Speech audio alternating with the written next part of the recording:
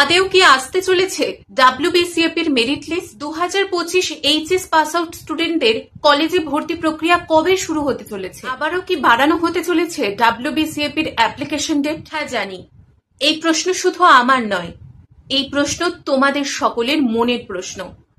তাই এই ভিডিওটা তোমাদের জন্য। তোমরা যারা ভিডিওটা পুরোটা দেখবে অবশ্যই একটা কমেন্ট করে যেতে একদম ভুলো না। তো চলো ভিডিওটা শুরু করা যাক। Hello guys, welcome to my channel বঙ্কনাইতি।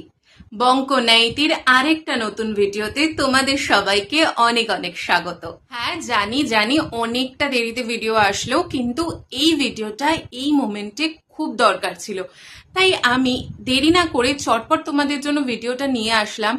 আর এই ভিডিওটা তোমরা যারা অলরেডি দেখছো, তো তাদের উদ্দেশ্যে বলে রাখি, যারা এই বছর উচ্চ মাধ্যমিক পাশ করেছো, মানে 2025 এইচএস পাস আউট স্টুডেন্ট, তো তাদের জন্য এই ভিডিওটা তাদের জাস্ট মনের কথা হতে চলেছে। তো যারা 2025 এইচএস পাস আউট স্টুডেন্ট আছো, তারা ভিডিওটা একটু স্কিপ না করে পুরোটা দেখতে থাকো। আর ভিডিওটা দেখে কিছু কথা তোমাদের মনের মতো মনে হলে অবশ্যই কমেন্ট করে যেও। হ্যাঁ জানি তোমরা থাম্বনেল দেখেই ভিডিওটা দেখতে এসেছো, তাই প্রথমেই বলে রাখি যে আমাদের সবার মনে এখন একটাই প্রশ্ন, ডাব্লিউবিসিএপির মেরিট লিস্ট কবে বেরোবে? 2025 এইচএস পাস আউট স্টুডেন্টদের কলেজে ভর্তি কবে হতে চলেছে? আর আজকে আমরা ভিডিওতে সেই সব বিষয় নিয়ে আলোচনা করব। তো চলো শুরুটা একদম শুরু থেকে করা যাক। আমরা আমাদের এইচএস এর রেজাল্ট পেয়েছিলাম মে মাসে। সেখান থেকে প্রায় 1.5 মাস অপেক্ষার পরে আমরা জানতে পারি আমাদের কলেজের পোর্টাল ডাব্লিউবিসিএপি ওপেন হবে 17ই জুন, আর আমরা স্টুডেন্টরা অ্যাপ্লাই করতে পারবো 18ই জুন থেকে।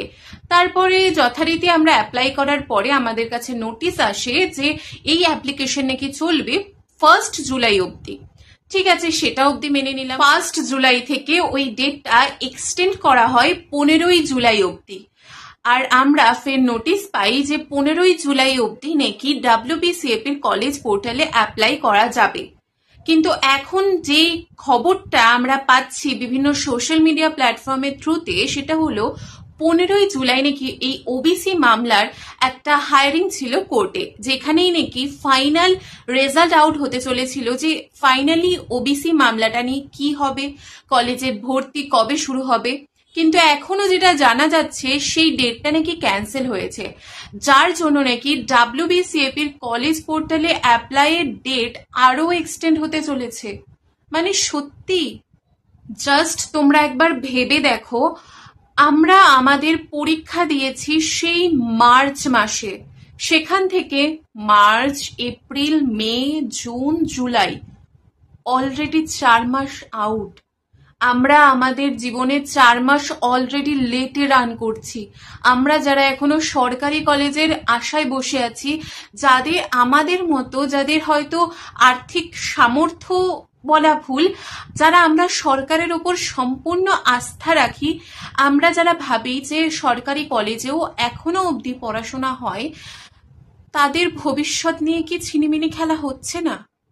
ওবিসি এ, ওবিসি বি, এগুলো নিয়ে নানাভাবে নানা দিকে রায় চলছে, ডিলে হচ্ছে কলেজের ভর্তি, সবকিছু জানি, কিন্তু এর জন্য কারা সাফার করছে? আমরা স্টুডেন্টরা, আমরা যারা এই বছর 12 পাস করে আমরা যারা কলেজে অ্যাডমিশন নিতে চলেছি, তাদের জীবনে কতটা সময় অপচয় হচ্ছে, এর সময়ের দাম কি সরকার দেবে? তুমি যদি একটু যদি রিসার্চ করে দেখতে যাও, তাহলে তুমি জানতে পারবে বেশিরভাগ স্টুডেন্ট হয় বেসরকারি কলেজে ভর্তি হয়ে গেছে, নয়তো বাইরে চলে গেছে, যাদের সামর্থ্য আছে। কিন্তু যাদের সামর্থ্য নেই, তারা তো সরকারের আশাতেই বসে আছে। তাই বলে এই প্রতিদান দেবে? মানে দিনের পর দিন ঘরে বসে থাকছি, ঘরে বসে ঘুমাচ্ছি, খাচ্ছি, সময় নষ্ট করছি। আর কারণ আমরা কেউ জানি না আমাদের কোন কলেজে নাম আসবে, কোন কলেজে কোন কোর্সে আমরা ভর্তি হতে পারবো। আর দেখো, এরপরে যদি 15ই জুলাই অবধি ডেটটা হয়, তারপরে মেরিট লিস্ট আসবে ধরো জুলাইয়ের লাস্ট উইকে, তারপরে আরো অ্যালটমেন্ট, আরো অনেকগুলো প্রসেস আছে, সেইগুলো হতে হতে প্রায় সেপ্টেম্বর। এবারে সেপ্টেম্বরে যদি ক্লাস শুরু হয়, তার কিছুদিন পরেই দুর্গাপুজো, আর দুর্গাপুজো আসলেই কলেজের ছুটি, তারপরে দীর্ঘ আবার ছুটি।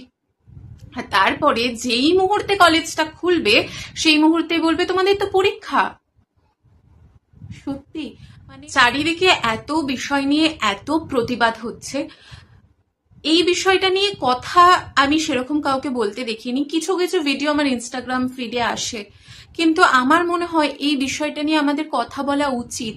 কারণ যারা আমরা সরকারের প্রতি সম্পূর্ণভাবে আস্থা রাখি, যারা আমরা এখনো সরকার প্রায় 4-5 মাস চলে যাওয়ার পরেও আমরা এখনো সরকারি কলেজে ভর্তি হওয়ার জন্য হাপিত্তেশ করে বসে আছি, তাদের ভবিষ্যৎটা যে কি হতে চলেছে আমার নিজের কথা ভেবেই নিজে ভয় লাগছে। তাই আমি আজকে এই ভিডিওটা বানাতে বাধ্য হলাম।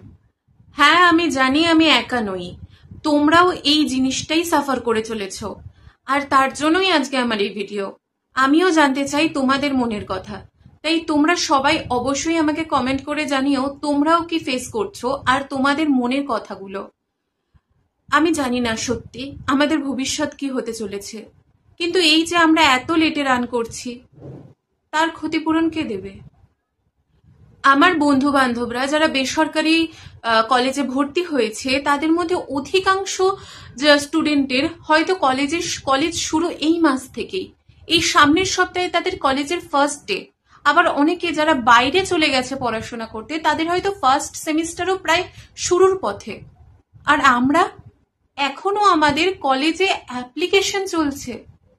মানে সত্যি একবার জিনিসটা একটু ভেবে দেখো কতটা পিছিয়ে আছি আমরা। তবে আবারও বলবো আমাদের সরকারের প্রতি সম্পূর্ণ আস্থা আছে। আমরা যারা এই বছর এইচএস পাস আউট স্টুডেন্ট 2025-এর, যারা আমরা এখনো সরকারি কলেজে ভর্তির জন্য অপেক্ষা করছি, আশা করছি সরকার আমাদের কথা মাথায় রেখে খুব তাড়াতাড়ি মেরিট লিস্ট প্রকাশ করবে আর আমরা ভর্তিও হতে পারবো কলেজে। কিন্তু আমার মনে হয় সবার এই প্রতিবাদটা করা দরকার, কারণ আমরা অলরেডি 5 মাস ধরে অপেক্ষা করছি। এরপরে দেরি হলে সত্যি আর ওটা মেনে নেওয়ার মতো হবে না। তো তোমরা সকলে অবশ্যই কমেন্ট করো আর এই ভিডিওটা তোমাদের ফ্রেন্ডস গ্রুপে অবশ্যই শেয়ার করো। আর হ্যাঁ, অবশ্যই আমি এই ভিডিওটা যখন বানালাম তো এরপরে আমি কলেজ ভর্তি নিয়ে যে কোনো আপডেট পেলেই তোমাদের সাথে শেয়ার করব। তো অবশ্যই আমার চ্যানেলটা ফলো করে রেখো। আর হ্যাঁ, অবশ্যই একটা কমেন্ট করে যেতে একদম ভুলো না, কারণ আমিও দেখতে চাই এই পরিস্থিতিতে আমি কি শুধু একাই, না তোমরাও আছো আমার সাথে। তো অবশ্যই কমেন্ট করে যেও। আর তোমরা কে কোন কলেজে ভর্তি হতে চাও সেটাও লিখো। আমি যে কলেজে ভর্তি হতে চাই সেই কলেজে তোমরাও ভর্তি হতে চাইলে তাহলে বন্ধু হয়ে যাব। তো চলো আজকে ভিডিও এই অবধি, দেখা হচ্ছে পরে অন্য কোনো এক ভিডিওতে। সকলে ভালো থেকো, সুস্থ থেকো, আনন্দে আপাতত আমরা নেই, প্রতিবাদে থেকো।